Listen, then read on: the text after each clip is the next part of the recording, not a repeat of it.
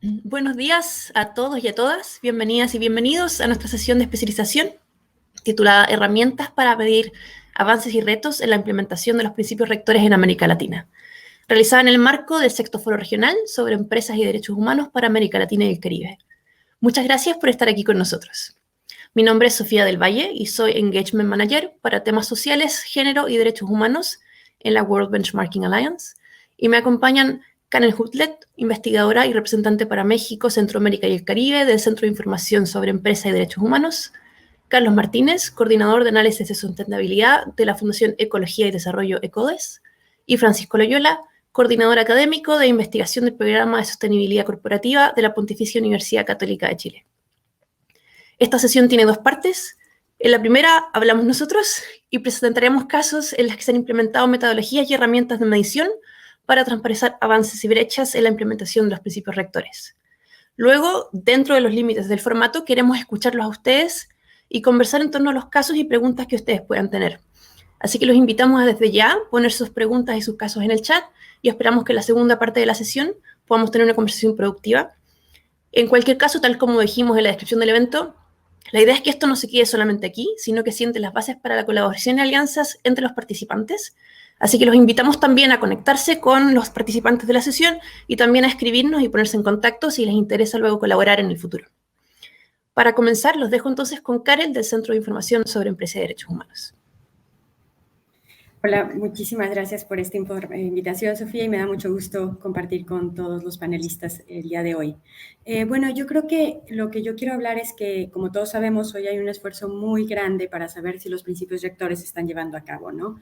Y el tema que me parece más relevante en esto es ver cómo podemos evaluar no solo las políticas y los compromisos políticos y los compromisos, e incluso los mecanismos de justicia de las empresas, sino cómo los implementan. Es mucha la evidencia de que la misma empresa actúa de forma diferenciada según en qué estado esté. Y por ello yo quiero hablar de dos ejemplos, ¿no? Que son particulares de un sector, que es la energía renovable y de la transición justa.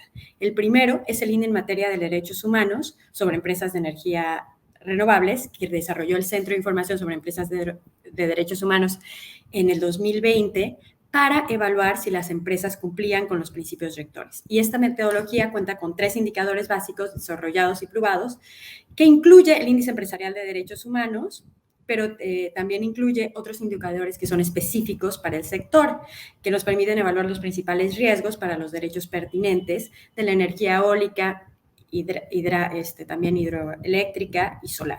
Y esto incluye los derechos de pueblos indígenas, los derechos laborales, los derechos a la tierra y el territorio, personas defensores, participación y beneficios compartidos, etcétera, ¿no? Y bueno, lo más importante es que después de hacer esta evaluación metodológica, tomamos varias acciones. Lo primero es que los documentos son aquellos que están disponibles públicamente. Y si bien se contactó a las empresas para que ellos también pudieran dar información, la base es aquella información que está accesible. Y lo que vimos conforme fueron llegando las respuestas es que casi ninguna de las empresas cumplió en plenitud el respeto a los principios rectores, ¿no? Casi la mitad de las empresas obtienen una puntuación menor al 10%, para empezar, y 3/4 partes de ellas una puntuación inferior al 40%, ¿no? Y la puntuación más alta fue solo el 22%. No obstante, de estas bajas puntuaciones, al desarrollar este índice nos surgió una pregunta básica que yo creo que deberíamos de todas y todos discutir y platicar en este panel, que es aquí estamos hablando solamente de los compromisos políticos y de la normativa interna, ¿no? Aquella normativa que ponen las propias empresas de forma voluntaria para llevar a cabo la debida diligencia. Y nosotras observamos en el equipo de América Latina que faltaba otra parte de la cadena de medición, y es la implementación, es decir, cómo actúan la actuación completa de las empresas y cómo podemos medir la misma. Y para ello, lo que hicimos nosotras fue tomar la base de datos del Centro de Información y ver las denuncias en contra de las empresas por abusos a derechos humanos. Y aquí pudimos ver que la actuación de las empresas era todavía peor, ¿no? Hay más o menos 500, 1.000 casos, 2.300 alegaciones de violaciones a derechos humanos, solamente del sector renovable, ¿no? Y en este sentido, América Latina es la región con más abusos. Yo creo que una de las cosas que ponemos sobre la mesa es que cuando empezamos a medir la actuación de las empresas en contraste con las políticas públicas, encontramos algunas empresas que si bien cumplían o tenían una de las calificaciones más altas en este primer índice, tenían una actuación no tan positiva en el terreno, sobre todo en algunos países, ¿no? Entonces, en ese sentido, tenías empresas en Estados Unidos que, si bien en Estados Unidos se cumplían con la reglamentación y tenían menos denuncias y alegaciones, cuando llegaban a otros países como América Latina, en el caso de México, habían casos que acababan en denuncias legales por ataques a defensores, falta de consentimiento, etcétera, etcétera. Entonces, yo creo que es muy importante que pongamos esta brecha de análisis y lo pensemos como para estos índices. ¿Cómo podemos evaluar, sí, las políticas y los principios y ver lo que las empresas están poniendo bajo el papel, la normativa, incluyendo la normativa de los estados, ¿no? Y cómo esto puede aterrizar, pero también cómo podemos realmente tratar de evaluar de una manera que sea sistemática y bien documentada la actuación de las empresas. Muchas gracias.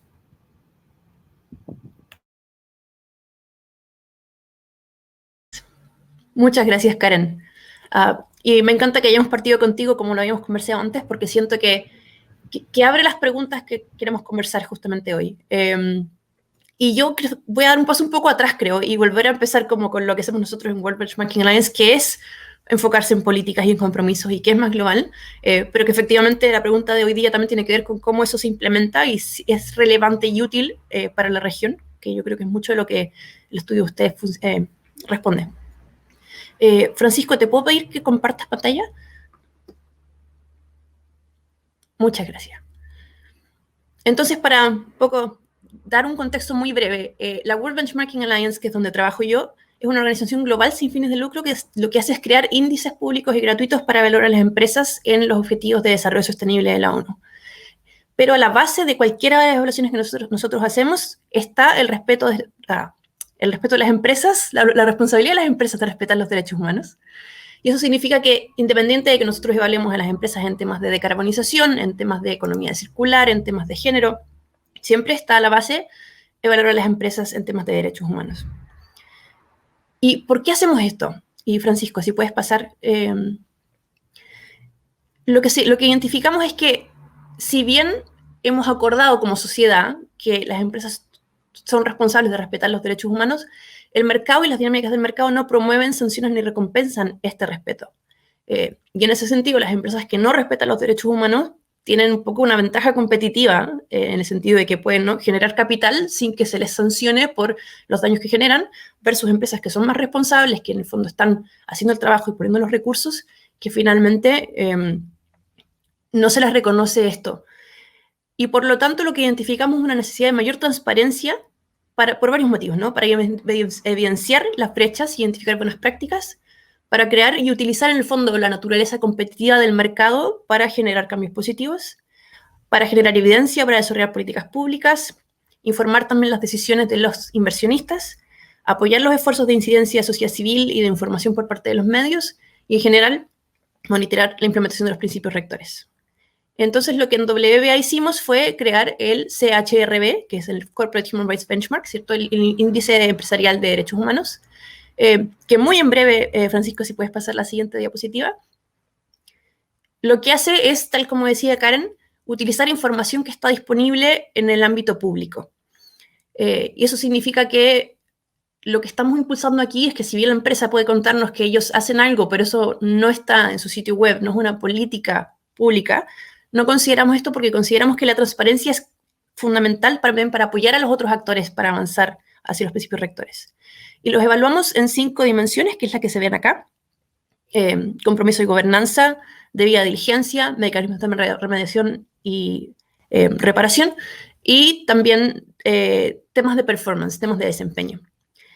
Y el tema por el cual nosotros queremos presentar esto aquí es porque esta metodología tiene, claro, 2 versiones. Una que es la versión completa, que son más de 80 indicadores, que son las 5 áreas que vemos aquí, y otra que es la metodología base, que son 3 indicadores que cubren las primeras 3 áreas, que, por supuesto, si bien no nos muestran si las empresas están actuando o no actuando, respetando los derechos humanos, sí nos muestran si las empresas están tomando los primeros pasos de tener las políticas, de tener los procesos de debida diligencia y los mecanismos de reclamación también. La siguiente, por favor, Francisco. En base a esta metodología hemos hecho 4 benchmarks que están disponibles en el sitio web de WBA del 2017 al 2020, pero además distintas organizaciones alrededor del mundo han desarrollado snapshots nacionales, así como también el caso que estaba mencionando Karen, que se utilizó para evaluar la metodología CHRB. En el fondo fue parte del desarrollo de la metodología del índice para evaluar empresas de energía renovable. Y en base a eso es posible tomar esta metodología y ver cómo las empresas actúan en una jurisdicción en particular.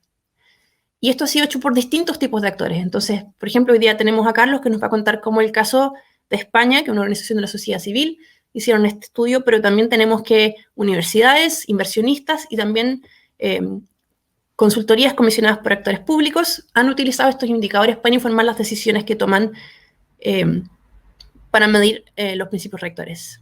La siguiente, por favor. ¿Y qué hemos aprendido y qué preguntas nos quedan? Bueno, lo que hemos visto es que cuando uno evalúa las empresas mejoran. Desde el 2017 al 2019, el puntaje promedio de las empresas evaluadas aumentó un 18%, un 31%, y 3/4 de las empresas, de hecho, mejoraron su puntaje. Hemos escuchado también de las empresas que evaluamos que los indicadores les han servido tanto como hoja de ruta para saber en el fondo cuáles son los pasos que hay que estar tomando, pero también como la información que nosotros generamos con los indicadores es pública, también les sirve para ver cómo sus pares están resolviendo los mismos desafíos que ellos tienen. Sin embargo, como vemos, las brechas siguen siendo enormes, los puntajes siguen siendo bastante bajos. Los mejores puntajes son en materia de compromisos y gobernanza, o sea, en el fondo en firmar el compromiso o la política, pero son más bajos en implementación. Y finalmente, tal como decía Karen, esta evaluación no te demuestra qué es lo que está haciendo la empresa en el terreno o en cada país, pero sí sienta las bases y la expectativa de lo que se espera de la empresa y genera transparencia también que ayuda a los distintos actores a impulsar cambios y a exigir también cambios. La pregunta también que yo quería dejar entonces en base a esta metodología que es más global y que así implementada a niveles nacionales es cómo este tipo de metodologías podrían ser utilizadas y podrían ser útiles y relevantes para los distintos contextos en América Latina y escuchar también tanto de los panelistas como de las personas que están escuchándonos, cuáles ven ustedes que son las oportunidades y los alcances, pero también las limitaciones. Así que para esto le voy a dar la palabra a Carlos, que nos va a contar del caso de cómo ellos implementaron esto en España. Hola, Carlos. Hola, Sofía. Muchas gracias por la presentación. Bueno, como adelantaba Sofía, CODES es una entidad sin ánimo de lucro involucrada entre múltiples ámbitos sociales y medioambientales en proyectos de desarrollo sostenible y de investigación de sostenibilidad. Y como adelantaba, hemos realizado un estudio para conocer el estado de los procesos de implementación de debida diligencia en las principales empresas españolas. Lo hemos hecho porque actualmente la ley española requiere que las empresas de gran tamaño informen sobre derechos humanos, pero estos indicadores son un tanto generales y no existe un régimen sancionador. Entonces, el Parlamento Europeo es de esperar que apruebe en un futuro próximo una ley que obliga a todas las empresas con operaciones en la Unión Europea, independientemente de su tamaño, que desarrollen procesos de debida diligencia y que incluyan un régimen sancionador, esta vez sí. Entonces, en este contexto de cambio, queríamos conocer el grado de madurez de la gestión de los derechos humanos y la debida diligencia en un grupo representativo de empresas españolas. Entonces, tomamos las empresas del IBEX 35, que es el principal índice de la bolsa española. Entonces, para realizarlo, utilizamos esta metodología que ha presentado Sofía de CHRB. Utilizamos la metodología básica. Utilizamos la metodología básica porque permite analizar a todas las empresas de forma transversal. Hay otras metodologías de CHRB, como han adelantado, que incluye indicadores específicos para otros sectores, pero queríamos que todas las empresas fuesen evaluadas por igual. Así, utilizamos estos indicadores que además permiten valorar si la información proporcionada por las empresas es relevante y, si no lo es, cuáles son las brechas existentes. Entonces, sin extenderme mucho, sí que me gustaría resaltar unos 3 aprendizajes que hemos tenido. Evidentemente ha habido más, pero me gustaría esta oportunidad para señalar estos 3. Uno ya lo he adelantado un poco y es que es muy importante utilizar indicadores profundos. Para nosotros, como analistas que investigamos continuamente a las empresas, no es fácil encontrar información que realmente sea material y relevante. Especialmente las empresas que están sujetas a mucho escrutinio tienden a proporcionar muchísima información. Entonces, muchas veces no es fácil saber cuándo te están dando información relevante y cuándo no. Y esto es difícil para los analistas, o sea que para el público en general pues probablemente es hasta desanimador para buscar información. Entonces, esta metodología sí que nos ha permitido diferenciar de lo que es información relevante de lo que son simples formalismos. Un segundo aprendizaje que quería resaltar es que las compañías a veces se limitan a realizar acciones de monitorización o de cumplimiento normativo y lo hacen pasar como si se tratase de un proceso de debida diligencia. Aunque llevar a cabo procesos de monitorización y auditoría siguiendo las leyes de cada país en el que opera la empresa o los estándares internacionales está bien, esta aproximación por lo general es reactiva y suele descubrir violaciones de derechos humanos que ya están teniendo lugar. En cambio, un proceso de debida diligencia de acuerdo a los principios rectores, tal y como lo mide CHRB, permite identificar procesos proactivos y evaluar riesgos potenciales y prevenirlos o, en su caso, mitigarlos, a diferencia de ir a rebufo de la realidad a la que se enfrentan las empresas. Y un tercer aprendizaje es algo que puede ser muy obvio, pero que he descubierto que pasamos por alto continuamente. Y es que los sectores considerados de más riesgo en derechos humanos y las empresas de estos sectores suelen estar sujetas a un escrutinio mucho mayor, lo que los lleva a proporcionar muchísima más información que al resto, sin necesidad de una obligatoriedad legal. Y esto lleva a que es habitual encontrarlas en rankings o como buenas prácticas a empresas que nos hacen levantar la ceja, ¿no? Entonces, sí que es importante utilizar y que haya mecanismos y herramientas legales que obligan a todas las empresas a llevar a cabo estos procesos y a informar acerca de ellos con indicadores profundos y transversales. Esta es la única forma, entiendo yo, de conocer cuál es la situación real de respeto por la gestión y los derechos humanos de las empresas, sea en el sector que sean y no solo los de mayor visibilidad. Entonces entiendo que Francisco ahora nos va a hablar de qué adelantos se está teniendo en la ley actual en Chile. Y muy brevemente, antes de que empiece Francisco, quiero recordarle al público también que bienvenimos sus preguntas a todos los panelistas acá, así que por favor pónganlas en el chat. Tenemos uno de nuestros compañeros de trabajo que está también recibiendo las preguntas y trabajando con nosotros para que podamos conversar en torno a los temas que a ustedes les interesen. Gracias. Francisco. Gracias, Sofía. No sé si se puede dejar de compartir pantalla. Sí, está bien. Ya. Bueno, muchas gracias, Sofía. Muchas gracias, Carlos, por sus excelentes presentaciones. Buenos días a todos y todas los que nos están mirando. Me encargaron el desafío de resumir en 5 minutos por qué las iniciativas tipo CHRB u otras similares tienen una gran trascendencia para el sector público y espero cumplir dentro del tiempo, así que voy a comenzar directamente contándoles un poco sobre lo que fue la experiencia que tuvimos nosotros desde el programa de sostenibilidad corporativa de la Facultad de Derecho de la Pontificia Universidad Católica de Chile, evaluando la primera versión del Plan de Acción Nacional de Empresa y Derechos Humanos.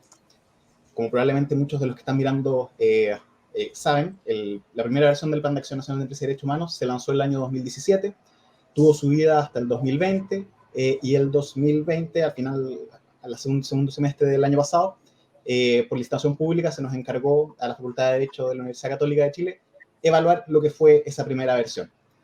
No quiero entrar en detalles respecto de la metodología y los resultados, solo comentarles en términos generales que conversamos con actores públicos, privados, conversamos con la sociedad civil, con academia, con partes afectadas, y también hicimos una encuesta de conocimiento general, tanto de la política pública, del mismo Plan de Acción Nacional de Empresa y Derechos Humanos, como en general del marco de Empresa y Derechos Humanos y los principios rectores. El resultado de la evaluación, en términos generales, fue que la primera versión de esta política pública tuvo un impacto más bien moderado a bajo en su objetivo principal, asociado a promover un estándar de respeto de los derechos humanos en las empresas del país, y un impacto más bien moderado en promover el conocimiento de los principios rectores y el marco de empresa y derechos humanos, tanto en el sector público como en el sector privado. Lo que en realidad no es de extrañar, porque en realidad es un tema que en Chile está avanzando de forma relativamente reciente, y esta era una primera instancia de empezar a proponer el tema tanto en el sector público como en el sector privado. La principal dificultad que tuvimos para realizar la evaluación tuvo que ver con los indicadores y las herramientas de monitoreo que tenía la misma política pública, especialmente que no permitían medir, no había ninguna herramienta que permitiera medir en qué medida estaban las empresas implementando los estándares de los principios rectores. Es decir, la política pública no tenía ningún instrumento que le permitiera saber qué tan exitoso estaba haciendo en promover el estándar que tiene como principal objetivo conseguir que se implemente efectivamente en las empresas del país. Es por eso que el 2021, en colaboración con el Centro de Políticas Públicas también de la Universidad Católica de Chile, nos propusimos hacernos cargo de alguna manera de este desafío y hacer una propuesta de política pública para la segunda versión del plan. Revisamos memorias anuales, reportes integrados, reportes de sostenibilidad de las empresas, de varias empresas, de las empresas más grandes de Chile.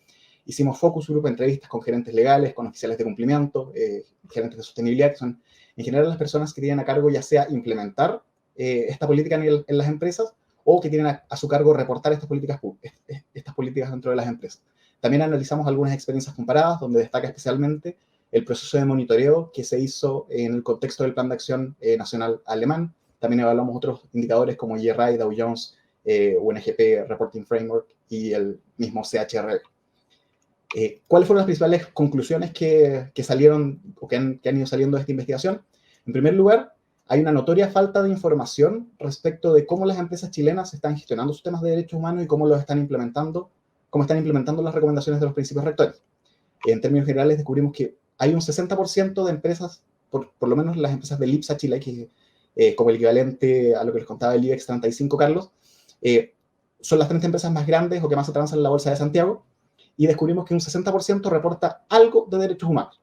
Un 13% reporta cuáles temas de derechos humanos son materialmente más relevantes para ellos, y ninguna empresa encontramos que cumpliera con todos los elementos mínimos de los principios rectores. La segunda gran dificultad que nos encontramos fue que solicitar información a las empresas para elaborar un sistema de monitoreo escapa tanto de la competencia como de la capacidad de la Subsecretaría de Derechos Humanos del Ministerio de Justicia y Derechos Humanos, que es el órgano en Chile que tiene a cargo implementar o promover la política pública. Entonces, el desafío tampoco se convirtió en cómo promover mayor disponibilidad de información de las empresas públicas y privadas sobre su avance en la implementación de estos estándares, y eso nos llevó a los principales actores públicos que tienen a cargo la regulación de las empresas, tanto públicas como privadas, como son la Comisión para el Mercado Financiero, el Sistema de Empresas Públicas y otros ministerios y reparticiones sectoriales. ¿Qué descubrimos? Me quiero centrar específicamente en lo que está pasando con la Comisión del Mercado Financiero, a pesar de que en el trabajo también hicimos algunas recomendaciones para el Sistema de Empresas Públicas y para otros actores que están asociados a la administración o la regulación de las empresas públicas. La Comisión para el Mercado Financiero está en este momento llevando adelante desarrollando una nueva regulación que lo que va a buscar es que las empresas ahora en sus memorias anuales no solo incluyan temas financieros, sino que por primera vez va a estar la exigencia de que entreguen lo que podría llamarse reportes integrados. Es decir, no solo van a estar obligados a entregar información financiera una vez al año al mercado, sino que además van a tener que decir en qué medida están identificando y gestionando sus impactos ambientales, sociales y sus principales temas de gobierno corporativo. ¿Por qué esto es tan relevante? Porque cuando uno revisa los antecedentes que tuvo a la vista la Comisión para el Mercado Financiero para definir cuáles eran los indicadores que les va a exigir a las empresas reportar, los indicadores privados tipo CHRB, tipo GRI, tipo Dow Jones y varios otros fueron un insumo fundamental para definir qué iba y qué no iba en la norma, que a todo esto todavía se está discutiendo y probablemente va a salir la segunda mitad de este año. Y descubrimos que hay una sinergia entre lo que el regulador busca al definir estos estándares y estos principales marcos de reporte. ¿Ya? Entonces, ¿qué propusimos? Que dicha sinergia puede ser aprovechada y potenciada por plataformas de colaboración pública como es el Plan de Acción Nacional de Empresas y Derechos Humanos para profundizar la coherencia horizontal que buscan promover estas políticas públicas de manera de acelerar la implementación de los principios rectores en las empresas del país, y un ejemplo que también puede ser replicado en varios países de la región. Creemos que un Plan de Acción Nacional es una excelente instancia para promover que estas regulaciones incluyan mayores exigencias de transparencia y reporte en temas de derechos humanos. No solo para construir una herramienta de monitoreo para el mismo plan, sino para que el gobierno y en general la sociedad civil tenga mayor información respecto de las empresas y cómo están implementando y con qué velocidad están implementando los estándares de los principios rectores.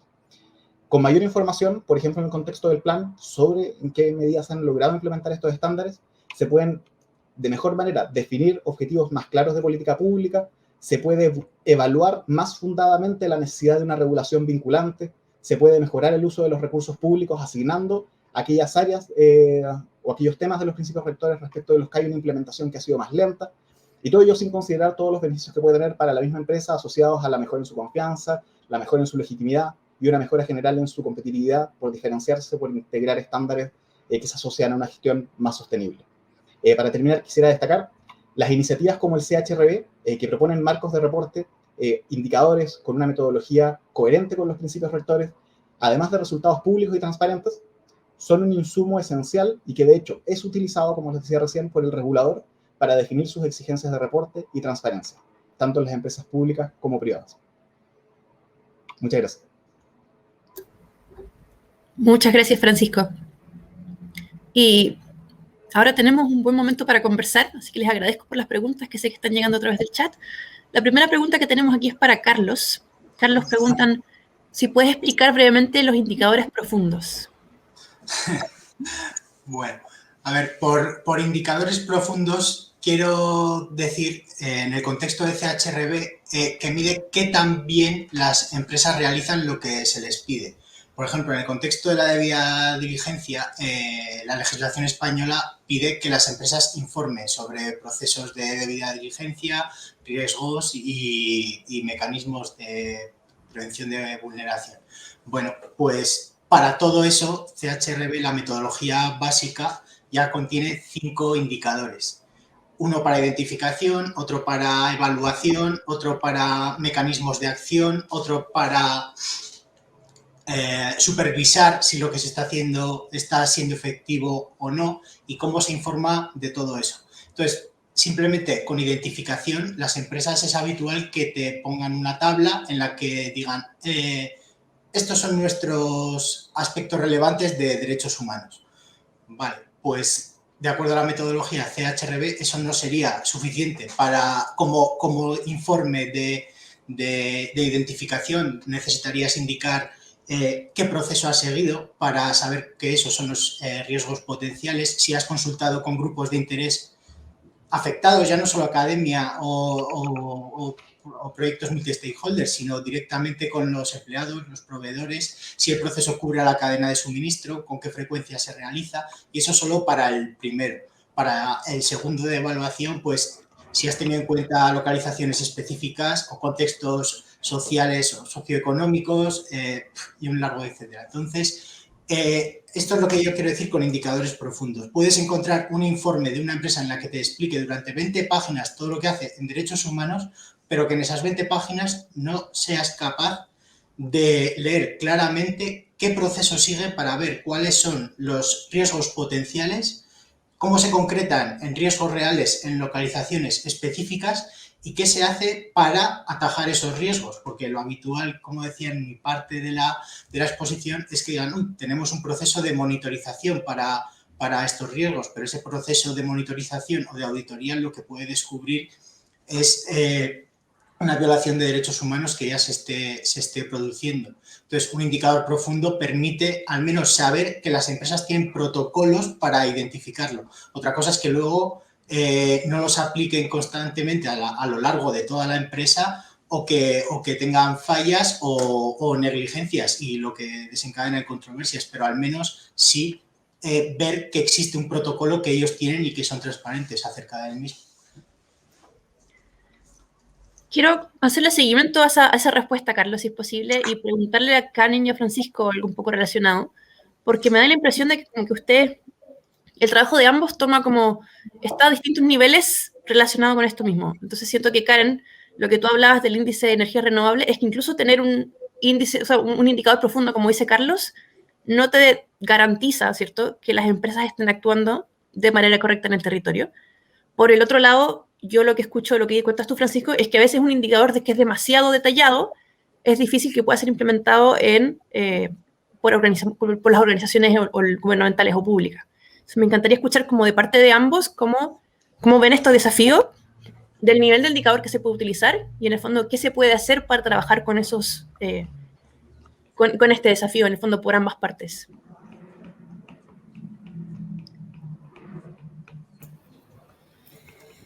Muchas gracias por la pregunta, Sofía. Pues yo creo que sí, o sea, la discusión de los indicadores profundos y por sector y hacerlos específicos a cuáles son las necesidades, por ejemplo, de la energía renovable en cuestiones de tierra y territorio, que es particular del sector, sobre todo porque es más extensivo o al menos no va bajo suelo, lo que pudimos ver era uno, que no se cumplían. Al poner un nuevo indicador, también vas midiendo cosas muy específicas que muy probablemente la empresa aún no cuente con ellos. Eso no quiere decir que en los años posteriores esto no vaya a ir una carrera para la cima y vayan a ir incorporándolos y mejoren las políticas de las mismas empresas.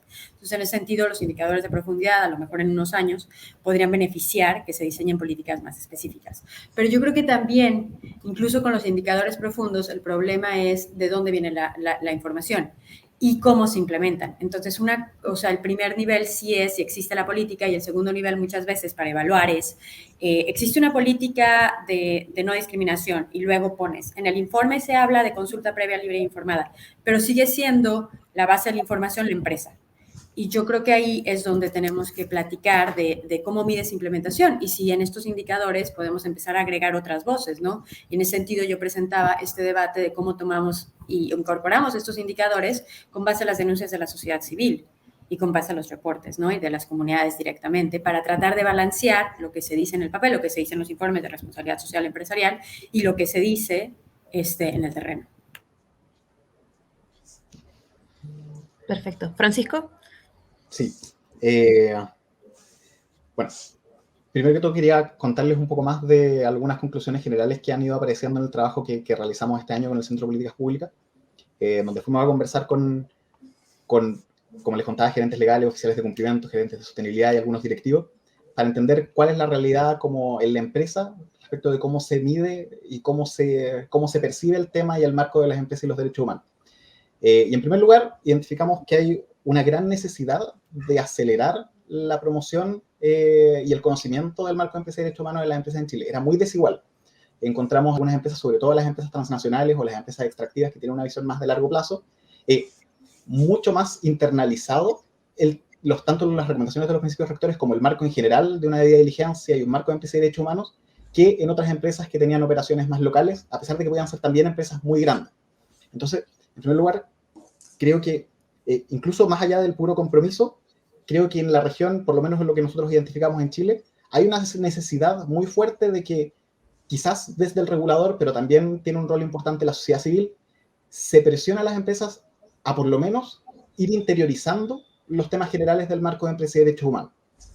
Estoy de acuerdo en que una vez identificado como puesto el tema sobre la mesa, es necesaria una implementación gradual, porque hay temas, sobre todo, por ejemplo, en Chile, asociados al pasado histórico, asociado al pasado de dictadura, que se asocia los impactos en derechos humanos con ese pasado histórico, incluso con una cierta carga política particular, ¿ya? Entonces, nosotros consideramos que es necesario posicionar el tema rápido, luego, y en eso tiene que jugar un rol importante el sector público, pero ese proceso tiene que ser gradual, entendiendo que en Chile y probablemente en muchos otros países de la región hay todavía una carga política muy fuerte asociada al tema de los derechos humanos. Eso no quita que la necesidad de avanzar sea urgente, y que precisamente por eso, como reforzaba la nueva norma de la Comisión para el Mercado Financiero y también lo que se puede hacer en el contexto de un plan de acción nacional, es tan relevante para ir rompiendo un poco estas como ciertas resistencias iniciales que nosotros nos dimos cuenta en las empresas que más han avanzado este tema en Chile, se supera relativamente rápido. En 1 o 2 años que las empresas empiezan a gestionar el tema de los derechos humanos, se rompe esta asociación, incluso áreas de la empresa o personas en la empresa o incluso directorios que tenían cierta resistencia inicial al tema, van ellos mismos preguntando cómo avanzamos más rápido para implementarlo. Influido, por cierto, por preguntas de los inversionistas, pero esperamos que también sea una presión que venga desde el sector público. Buenísimo. Muchas gracias. Y Francisco, perdona, te acabo de poner la palabra, pero la otra pregunta que llegó también para ti. Y es de Mercedes Manríquez, que pregunta, ok, vemos un buen nivel del compromiso de las empresas con los principios rectores, pero un bajo nivel de gestión y cumplimiento. Y la pregunta es, ¿dónde está la falla? ¿Estamos ante compromisos de las empresas que son meramente declarativos o existen problemas en la gobernanza y metodología que aplican las propias empresas? Yo creo que hay un poco de las dos cosas y algunas otras. Yo creo que dentro de este trabajo de internalización y de reflexión respecto de la importancia de los principios rectores, en primer lugar está entender que cuando una empresa no puede decir si respeta los derechos humanos si no está buscando eso al momento de llevar adelante sus operaciones. ¿ya? Y para llegar a esa reflexión es necesario un conocimiento más profundo de qué implica el marco de los derechos humanos. Entonces encontramos algunas empresas que declaran estar adhiriendo a los principios rectores o un compromiso por el respeto de los derechos humanos, pero todavía no entienden qué es un proceso de debida diligencia. Entonces, creo que tiene que ver con en qué velocidad el sector público ha exigido o ha puesto sobre la mesa el tema del marco de empresa y derechos humanos, y también un proceso de las mismas empresas que, por ejemplo, pueden influir respecto de otras empresas pequeñas y medianas en sus cadenas de suministro, que las empresas más grandes han avanzado mucho, pero en cómo dar a entender que el marco de los principios rectores cada vez se ha ido convirtiendo en un mínimo exigido tanto por inversionistas como un mínimo necesario para que la empresa sea sostenible y sea viable y sea resiliente en el largo plazo. Una empresa que tiene el riesgo de cometer vulneraciones de derechos humanos por no gestionar sus riesgos de derechos humanos es una empresa que probablemente no va a sobrevivir los próximos 20 años. Entonces, una vez que nosotros nos hemos dado cuenta que algunas empresas han internalizado eso, pero ese proceso todavía está avanzando más lento de lo que nos gustaría. Pero de todas maneras, es un poquito de todo. Por eso, recordar el llamado de los principios rectores a una mezcla inteligente de medidas obligatorias y voluntarias, porque es necesario las medidas voluntarias entender que esto es un marco del que pueden beneficiarse las propias empresas en su gestión de riesgo, pero también es necesario un rol público activo para ir presionando en los temas que pueden ir quedando atrás. Excelente. Carlos o Karen, ¿tienen algún punto que quieran agregar a lo que comentaba Francisco?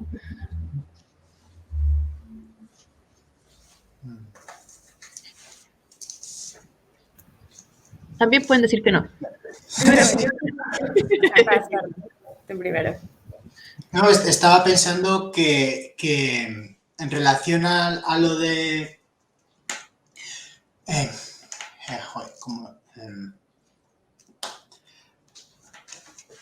a lo de integrar a todas las empresas, no solo las pequeñas, y luego la dificultad de pasar a mayores y dar más información dependiendo de los riesgos, es que hay que dar un espacio suficiente. Quiero decir que lo importante es la transparencia, informar. Si es es el requisito de informar. Si una empresa es pequeña y tiene un foco de acción pequeño, no se le puede exigir, evidentemente, lo mismo que a una grande. Entonces, lo importante es que haya un proceso que lo explique. Oye, pues hemos realizado estas pequeñas acciones. ¿Con esto es suficiente o no es suficiente? Y un reconocimiento de los pasos que tienen que seguir. La verdad que yo he entendido que quería decir esto en una parte de la exposición, por eso estaba dudando, digo yo. Entiendo que el tema del tamaño de la empresa y lo que se le puede exigir y al grado de madurez que se puede empezar. Las empresas grandes ya estarán en un estado más avanzado, pero las empresas más pequeñas o con menor impacto no deberían estar eximidas, aunque evidentemente no sea el mismo grado de exigencia. Cada una tiene sus recursos.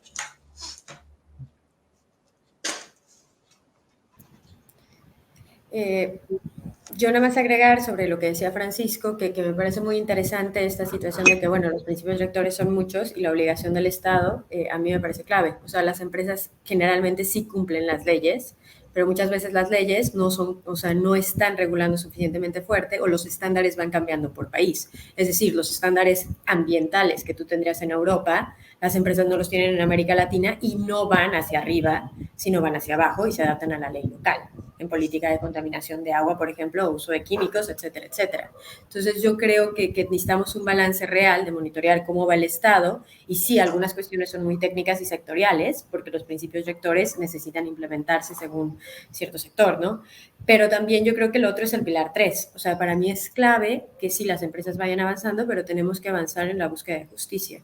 Si tú no tienes la capacidad de fiscalización de una empresa, la capacidad de obligatoriedad, etcétera, etcétera, es muy complicado que por principios puramente voluntarios, y no estoy diciendo que no suceda, y me parece ideal que funcionen, pero yo creo que de manera paralela tenemos que enfocarnos en que los principios rectores son 3 pilares y ese es clave, ¿no? Si bien la debida diligencia me queda muy claro, si tú no tienes el pilar 3, o cuando ocurre un derrame de una minera, etcétera, es complicado ir avanzando más allá, ¿no?, del papel y la implementación. Entonces, yo creo que este balance sería también una de las lecciones más importantes, ¿no? O sea, cómo realmente fiscalizas y cómo avanzas y trabajas también con los estados al mismo tiempo que con las empresas. Perfecto. Nos llega otra pregunta de Mara, que pregunta: ¿cómo lograr que la información generada desde la comunidad sea realmente tomada como fuente seria de información por parte de las empresas? ¿Y qué experiencia han tenido ustedes con esto?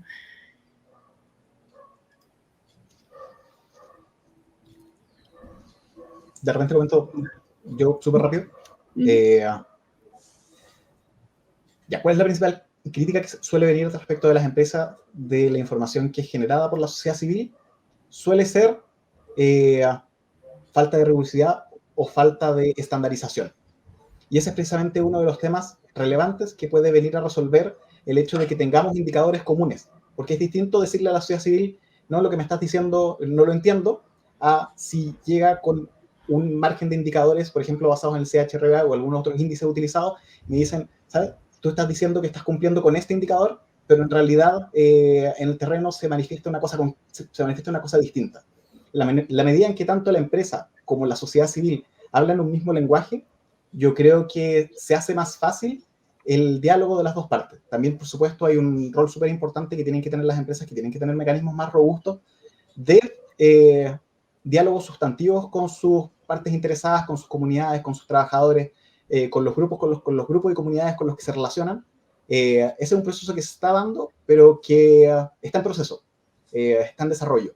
Ese órgano nosotros vemos que está creciendo en las empresas y que una vez que sea lo suficientemente robusto, probablemente va a ser capaz de identificar riesgos, identificar temas, identificar impactos desde la sociedad civil, desde las personas y las comunidades, pero eso todavía está en proceso. Y probablemente sería un proceso más rápido si todas las partes tuvieran un lenguaje compartido. O más puntos en común, por lo menos. Sí, sobre eso añadir que desde el punto de vista analista, la información generada por terceras partes sí que se tiene en cuenta. El problema que suele haber es el de la estandarización de la información a la hora de ser presentada y ser integrada en los análisis. Dependientemente de si la empresa la tiene en consideración o no, si la información está publicada y es posible ser utilizada, se integra y al final la empresa tiene que acabar respondiendo por ella, quiera o no, le venga directamente de la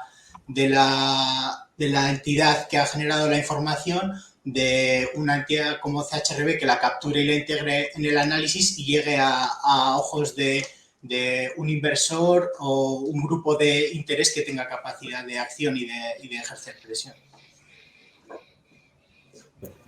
Yo solo agregar 3 propuestas, ¿no?, desde la sociedad civil que desde la experiencia del Centro de Información hemos usado. La primera es la ficha de documentación de la red DESC, que funciona porque unifica las preguntas y lo que se necesita decir de la empresa, ¿no? Y en ese sentido, las mejores experiencias son cuando se juntan muchos actores de la sociedad civil, ¿no?, para empezar a ser tomados en cuenta. La segunda es el Centro de Información, lo que hace generalmente con las denuncias es contactar por cada denuncia directamente a la empresa. Y mientras más específicas son las denuncias y mejor documentadas están, la empresa tiene menos oportunidad de darle la vuelta y responder que simplemente tiene principios generalizados y tiene que atacar una problemática personal. Entonces, yo creo que es muy, muy importante poner claramente los hechos que sucede y qué está pasando, y si consigues que terceros lo digan, como pueden ser expertos técnicos, es mucho mejor, ¿no? Y esa es la segunda. Y la tercera, uno de los indicadores que ha sido menos conflictivo son demandas legales.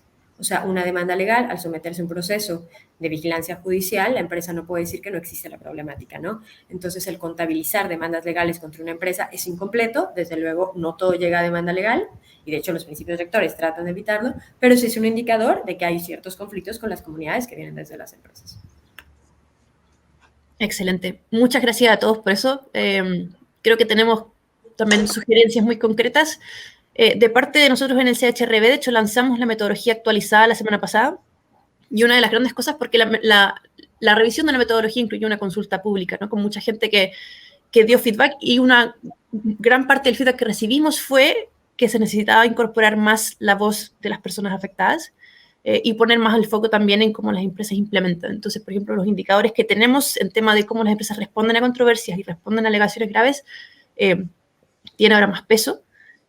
Y se incorpora también en el fondo el tema de consulta y como relacionamiento con las partes afectadas en muchos de los indicadores a través de la metodología, respondiendo también a eso. Y esperamos en ese sentido que el idioma común que empieza a aparecer, como el CRHRB, pero también, por ejemplo, el GRI, ¿no? Que están cada vez más profundizando en sus indicadores de empresa y derechos humanos, se conviertan también en herramientas que sirvan a todos los actores para avanzar hacia los principios rectores. Estamos en la hora, les agradezco muchísimo sus preguntas a todos. Esperamos también entonces que puedan seguir conversando con nosotros. Gracias Karen, gracias Francisco y gracias Carlos. Esto ha sido una excelente conversación. Si quieren seguir conversando con nosotros, pueden escribirnos a info.chrb@worldbenchmarkingalliance.org y esperamos escuchar de ustedes. Muchas gracias.